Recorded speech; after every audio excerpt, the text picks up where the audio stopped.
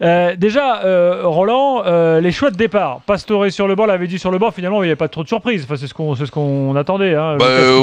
Oui et non. Tu veux dire par rapport aux surprises ou tu veux dire à ce qu'on approuve? Je te parle des choix de départ. Bah si.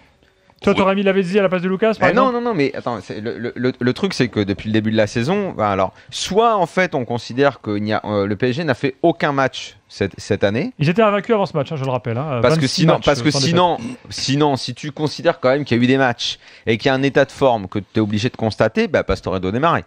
Bah oui, comme Lucas d'ailleurs. Pastore doit démarrer, et Lucas aussi. Voilà. Or là on a l'impression que c'est une compo, on va dire schéma classique de reposant sur l'année dernière, avec une variante, c'est que Lucas a pris la place de Lavezzi.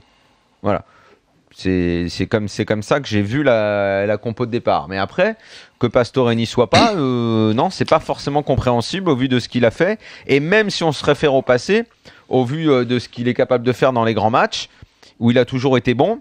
Et au match aller contre le Barça, puisque c'est visiblement la seule référence du PSG cette année, il avait été non pas bon, mais excellent. Si tu veux, moi donc la non-présence de Pastore au coup d'envoi, pour moi, c'est incompréhensible. Bah, moi, si tu veux, je suis mal placé pour parler de Pastore, puisque bon, c'est un de mes joueurs préférés. Et d'ailleurs, les regrets que j'ai eus, si on revient à la saison dernière, c'est quand Zlatan se blesse contre Chelsea. Donc que Pastore ne joue pas le match au retour, c'est peut-être un des regrets de Laurent. Et là, je suis d'accord avec toi, dans le sens qu'on peut considérer qu'il y a 14 joueurs, c'est-à-dire les 11 joueurs de départ, plus un par ligne, Marquinhos, Pastore et Lavezzi, qui font les 14 joueurs avec lesquels tu vas faire ton match.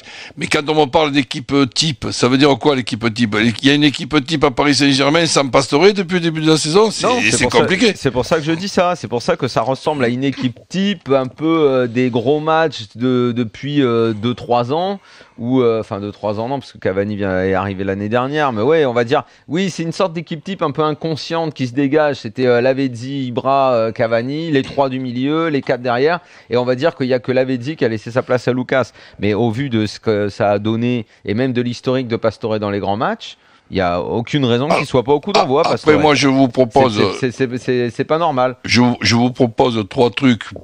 Vous y réfléchissez et vous me donnez la réponse. Moi, j'ai déjà la mienne. Ce n'est que la mienne, mais c'est la mienne. Aux 2 extrémités d'une équipe de football, je ne parle même pas du gardien de but, tu as un Thiago Silva qui, pour moi, depuis cet été, n'est plus le Thiago Silva qu'on a connu.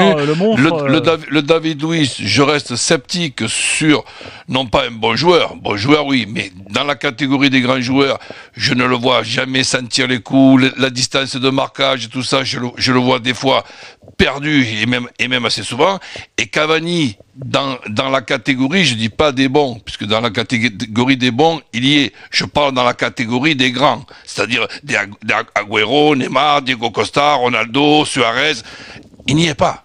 Dans cette catégorie-là, il a plein de bonne volonté, combatif, athlétique, mais il n'est pas dans cette catégorie-là.